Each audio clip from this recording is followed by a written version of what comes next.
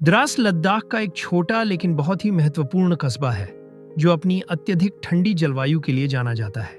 ये भारत का सबसे ठंडा आबाद स्थान माना जाता है, जहां सर्दियों में तापमान -40 डिग्री सेल्सियस से भी नीचे चला जाता है।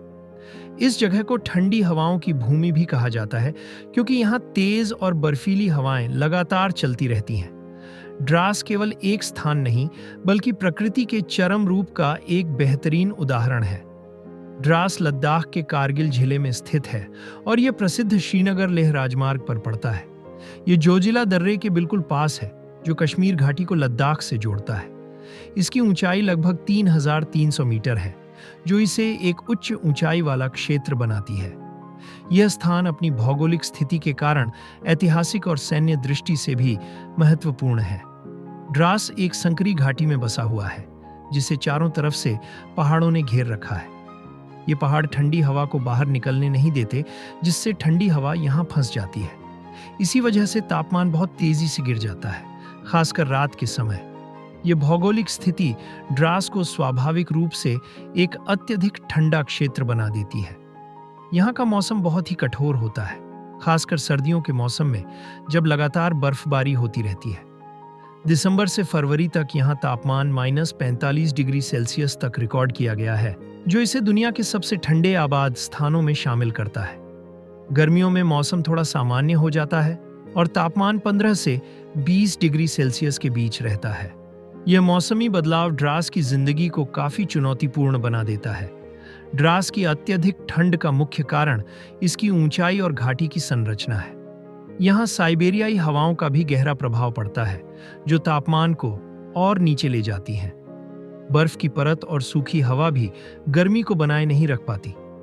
इन सभी कारणों के मेल से द्रास इतना ठंडा बन जाता है। यहाँ के लोगों की जिंदगी बहुत कठिन होती है, क्योंकि उन्हें इन कठोर मौसम परिस्थितियों के साथ तालमेल बिठाना पड़ता है। लोग मोटे ऊनी कपड़े पहनते हैं और उनके घर खास तरीके से बनाए जाते हैं ताकि ठंड से बचा जा सके। सर्दियों के दौरान सड़कें बंद हो जाती हैं, जिससे कई बार महीनों तक बाहरी दुनिया से संपर्क टूट जाता है। फिर भी यहाँ के लोग अपनी मेहनत और हिम्मत से सामान्य जीवन जीते हैं। द्रास के घर पत्थर और लकड़ी से बने होते हैं, जो ठंड से बचाने में मदद करते हैं।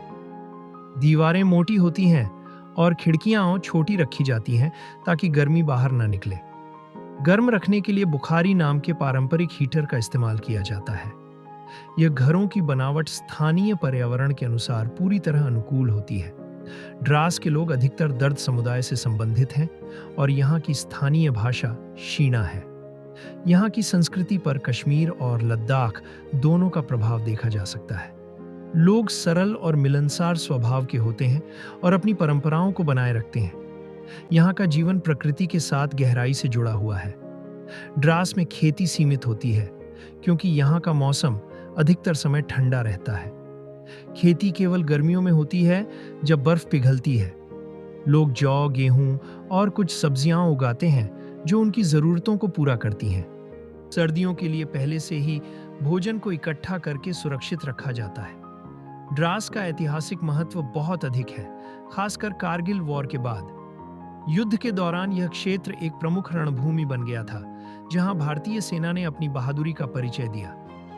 द्रास के पास टाइगर हिल और तोलोलिंग जैसे महत्वपूर्ण शिखर स्थित हैं। यह स्थान भारत के सैन्य इतिहास का एक महत्वपूर्ण हिस्सा है।